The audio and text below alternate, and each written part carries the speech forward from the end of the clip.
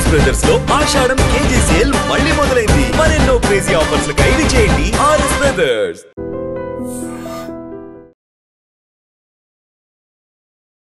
Welcome to I dream think again. నేను ఉదయశ్రీ.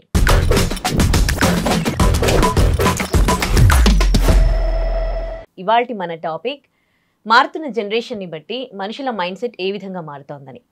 చాలామంది చాలా సెన్సిటివ్గా ఫీల్ అవుతూ ఉన్నారు, కొంతమంది క్రూయల్గా మారిపోతూ ఉన్నారు.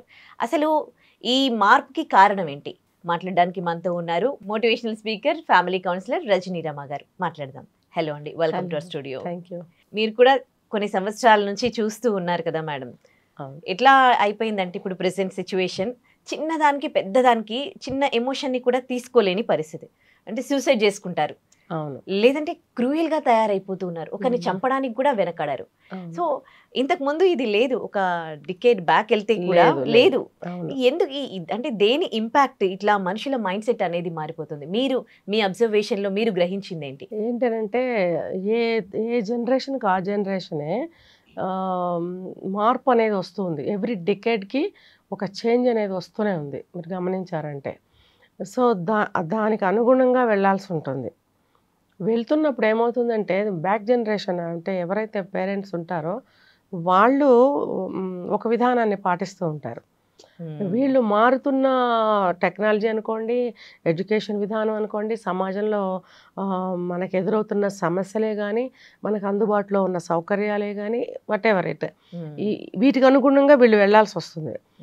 పేరెంట్స్ అనేవాళ్ళు వాళ్ళకు అనుగుణంగా వాళ్ళు మాట్లాడతారు. ఈ మధ్యలో వాళ్ళ యొక్క ఆలోచన విధానం అనేది నలుగుతూ ఉంటుంది. ముందుకెళ్ళాలా, వెనక్కి రావాలా, అంటే వీళ్ళది మనం పాటించాలా, వాళ్ళది పాటించాలి. ఇది ప్రతి జనరేషన్లోనూ వస్తుంది. ఇది ఈ సమస్య అనేది ప్రతి జనరేషన్లో మాకు మా పేరెంట్స్కి రావచ్చు, మాకు మా పిల్లలకి రావచ్చు, మళ్ళీ వాళ్ళ పిల్లలకి రేపు రావచ్చు, అట్లా అనమాట. ఎవ్రీ జనరేషన్కి ఇది ఉంటుంది. దీనికి ఏమిటంటే ఇప్పుడు ఎలా అయిందంటే ఎక్స్పెక్టేషన్స్ చాలా ఎక్కువైపోయినాయి. దానికి ఆ పేరెంట్స్ దగ్గర బ్యాలెన్స్ అవ్వటం లేదు. వీళ్ళకి ఆ ఎక్స్పెక్టేషన్స్ కావాలి. ఫర్ ఎగ్జాంపుల్ ల్యాప్టాప్, లేకపోతే ఇప్పుడు ఏ టెక్నాలజీ వస్తుంది, ఈ ఆలోచనలు ఉంటాయి వీళ్ళకి. పేరెంట్స్ ఏం చెప్తారు, ఇప్పుడు ఇది కొంచెం లేకపోతే కొద్ది రోజులు అడ్జస్ట్ అవ్వు. కానీ సిచ్యువేషన్ డిమాండ్స్ ఏంటంటే ఇప్పుడు ఇది లేకపోతే ఇది నడవదు. ఆబ్వియస్లీ అంతే. ఇప్పుడు మొబైల్ చేతిలో లేకపోతే మీకు ఒక్క నిమిషం ఏ పనికైనా అసలు అవుతుందా? అస్సలు అవ్వదు. మన పేరెంట్స్ పెద్దవాళ్ళు ఏం చెప్తారు, మా టైంలో ఉన్నాయా, పనులు అవ్వలేదా అంటే అయ్యాయి. ఆ రోజుల్లో సమస్యలు చిన్నగా ఉండేవి, సౌకర్యాలు తక్కువ ఉన్నా అన్ని అందుబాటులో ఉండేవి, డిస్టెన్సెస్ అనేవి దగ్గరగా ఉండేవి. ఎవరికైనా తెలిసిన వాళ్ళకి చెప్పినా మనకు ఆ పని అయిపోతుండేది, మనమే వెళ్ళక్కర్లేదు. ఆ సిచ్యువేషన్స్ వేరు, ఇప్పుడు వేరు. ఇప్పుడు ప్రతిదీ కూడా డిస్టెన్సెస్ చాలా ఎక్కువ ఉంటున్నాయి, ఎవరిని అడిగే పరిస్థితి లేదు, అడిగితే కూడా వింతగా చూసే పరిస్థితులు వస్తున్నాయి. సో మొబైల్ ద్వారా మనం ఖండాలు దాటి కూడా మన పనులు అర నిమిషంలో చేసుకుంటాం. సో ఎందుకు మనం దీన్ని అవైల్ చేసుకోవద్దు, ఈ సౌకర్యాలని మనము ఈ టెక్నాలజీని ఎందుకు ఉపయోగించుకోవద్దు? ఈ క్రమంలో ఏంటంటే మొబైల్తో ఎక్కువ కనెక్ట్ అయి ఉంటున్నారు. అంటే మంచికి కొంతమంది చెడుకి ఎక్కువ కనెక్ట్ అయి ఉంటున్నారు. ఆ కేటగిరీని ఇప్పుడు మనం తీసుకోవద్దు.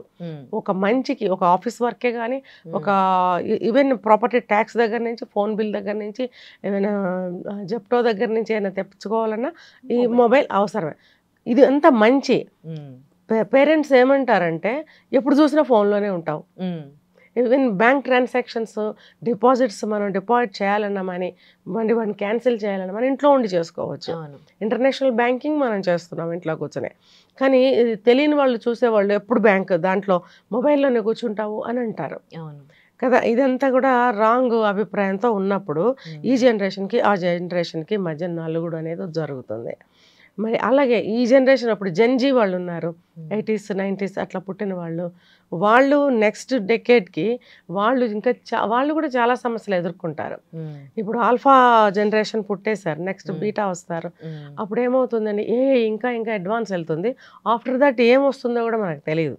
అంటే కాలానుగుణంగా ఏవేవో మార్పులు, ఏవేవో టెక్నాలజీలు కొత్తవి రావాలి. ఎందుకంటే ఇప్పుడే మనకు చంద్రమండలానికి వెళ్తున్నారు, లేకపోతే ఇంకో మార్స్కి వెళ్తున్నారు, ఇంకో దగ్గరికి వెళ్తున్నారు. ఈ తర్వాత అది టూర్గా టూరిజం ప్లేస్గా కూడా తయారు అయిపోతుంది. చేస్తారు, అవును. డబ్బున్న వాళ్ళు టూర్గా వెళ్ళి రావచ్చు అని అంటున్నప్పుడు దానికి ఎంత ఎక్స్పెండిచర్ అవుతుంది, ఎంత టెక్నాలజీ అక్కడ ఉపయోగిస్తారు వాళ్ళు. ఇక్కడి నుంచి వెళ్ళాలంటే కూడా మామూలుగా ఫ్లైట్లో వెళ్ళేదానికి అవ్వదు, దానికి ఎంతో ఎక్స్పెండిచర్, ఎంతో టెక్నాలజీ కావాలి, దానికి తగినంత ఫ్యామిలీ ఇది కూడా ఉండాలి. ఇదంతా కూడా ఫ్యామిలీతో సెట్ అవుతుందా, మళ్ళీ అక్కడ ఒక రప్చర్ అవుతుంది ఆలోచన విధానం. సో ఈ ప్రతి విషయానికి కూడా ఈ మార్పుని వాళ్ళు యాక్సెప్ట్ చేయలేకపోతారు. రెండోది ఏంటంటే ఆ మార్పుని వాళ్ళు కనెక్ట్ అవ్వలేకపోతారు. తర్వాత దానిలో ఉన్నటువంటి ఇదిని వాళ్ళు ఏది కూడా తీసుకోలేకపోతారు, అంగీకరించలేకపోతారు. ఎందుకంటే వాళ్ళకి కంఫర్ట్ ఉండదు, వాళ్ళు ఉన్న దాంట్లోనే వాళ్ళకి కంఫర్ట్ ఉంటుంది. ఎవ్రీ జనరేషన్ ఇప్పుడు మాకు మీకు పిల్లలకి, మాకు మా పేరెంట్స్కి, ఇట్లా ఏ జనరేషన్ తీసుకున్నా కూడా ఇది ఇలాంటి సిచ్యువేషనే ఉంటుంది.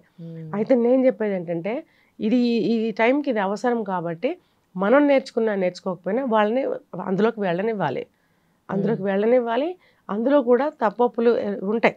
ప్రతి జనరేషన్లో ప్రతి విషయాల్లో ఆ కాలంలో వచ్చినటువంటి న్యూ విషయం ఏదైతే ఉంటుందో, టెక్నాలజీ కావచ్చు, ఇంకోటి అందులో మార్పుని మీరు తీసుకున్నట్టయితే మంచి చెడ్డలు చూసుకుని వెళ్ళండి. ప్రతి చోట మంచి చెడ్డలు ఉంటాయి, ఏ జనరేషన్ అయినా సరే, ఏ విషయమైనా. సో మీరు అక్కడ అది చూసుకుని ముందుకెళ్ళండి అని చెప్తూ వీళ్ళు కూడా అదే మైండ్ సెట్ని ఉంచుకుని వీళ్ళు అందులోకి వెళ్ళలేకపోయినా అక్కడ ఆగాలి. ఇంకా చెప్పాలంటే మీరు దాన్ని యాక్సెప్ట్ చేయగలిగితే, మీరు దాంతోపాటు జర్నీ చేయగలిగితే నేర్చుకోండి.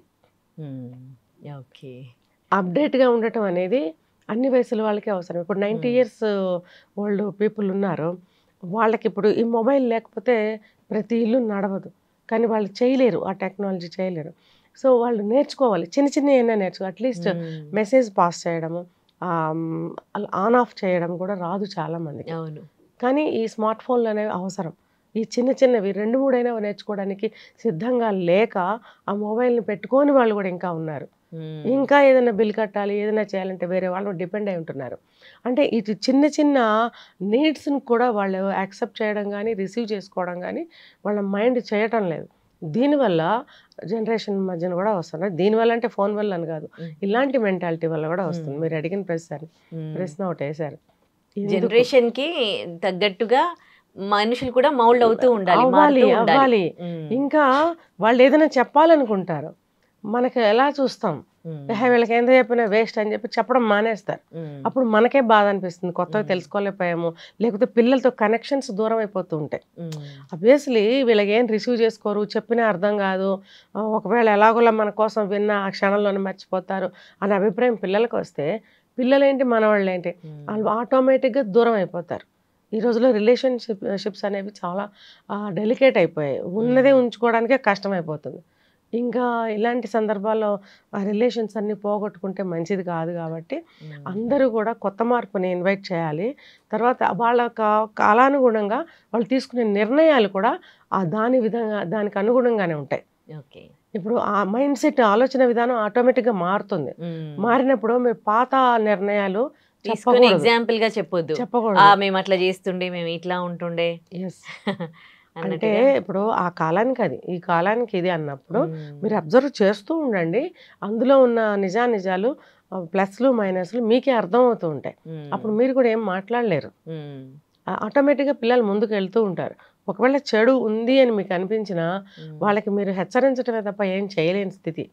ఎందుకంటే అందులో వాళ్ళు వెళ్ళిపోతున్నారు, బాగా లోతుగా వెళ్ళిపోతున్నప్పుడు మనకు అర్థం కాదు, ఎంత బయటికి రాలేరు వాళ్ళు.